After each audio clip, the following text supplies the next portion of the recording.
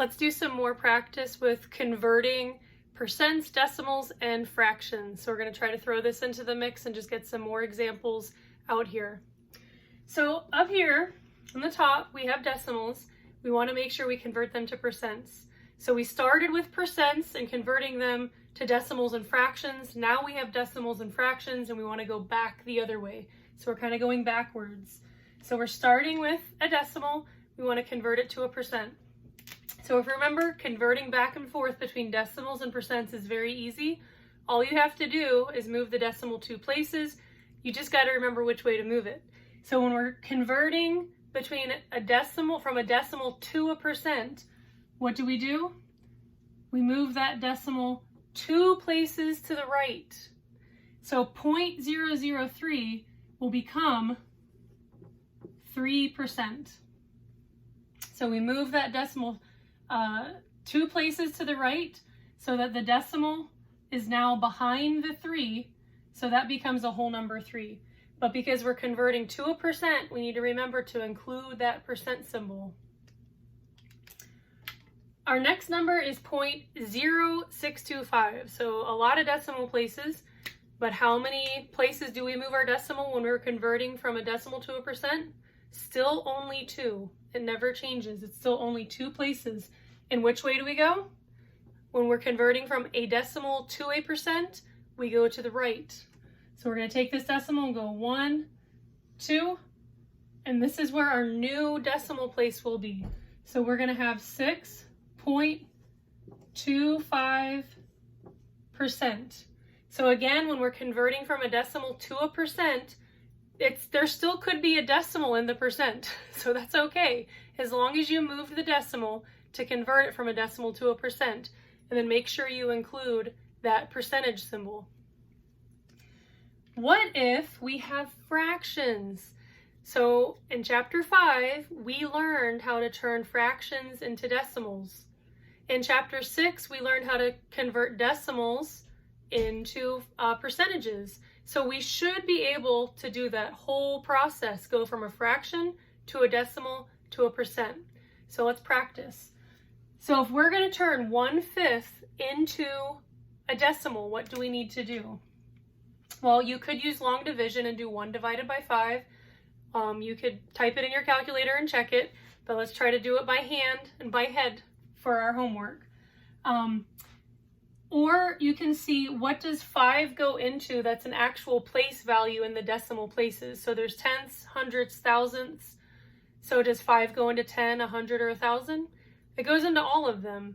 So let's pick the lowest one. It goes into 10. So if we multiply 5 by 2, our new fraction will have the bottom of 10 and a top of 2.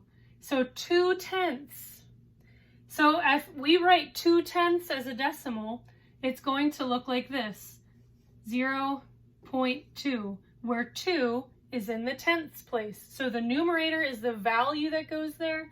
The denominator represents the place values that you're going to be using in the decimal places. So we've converted this to a decimal. So how do we take this and turn it into a percent? Well, when we're converting from a decimal to a percent, we move 2 places to the right. So we're going to have to add a 0 there. And this is going to be where our new decimal is. So we're going to have 20%.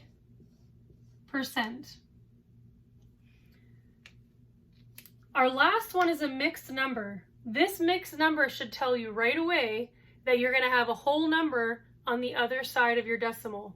So when we're converting this to a decimal, you're going to have a 1 point and then something, because this whole number is what's going to be on the left of the decimal. The fraction is what is going to go behind or to the right of the decimal. If you were to divide 2 by 3, you'd have to do long division on this one. 3 does not go into 10, 100, or 1,000 evenly. It'll go into 9, 99, 999. So it's one of those problems where you'd have to do long division. But if you can conceptualize this, 2/3 is going to be 6, 6, 6, 6, 6, 6. It's just going to keep on going forever. So if you put that in your calculator, or you can do long division, whatever's do the long division so that you can make sure you know how to do it. Use your calculator to check yourself to make sure that you understood what you did. But the decimal equivalent of this is going to end up being 1.666, or you can round and do 1.67. Either way, you can convert it to a percent, but you are going to have to realize that this is a never-ending decimal. But when we're converting from a decimal to a percent, it doesn't really matter, because what we're going to end up doing is moving this over 2 places to the right, and we're going to have 166%. If you round, so if you take this next 6 and you round, you'll have to round up to 67.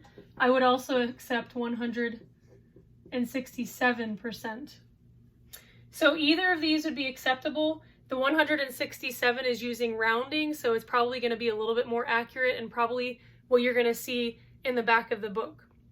But this is, again, just a couple examples of how to go backwards, starting from a decimal and moving to a percent, starting from a fraction, turning that into a decimal, and turning that into a percent. So we just want to make sure we are understanding the concept of how to go back and forth between decimals, percents, and fractions.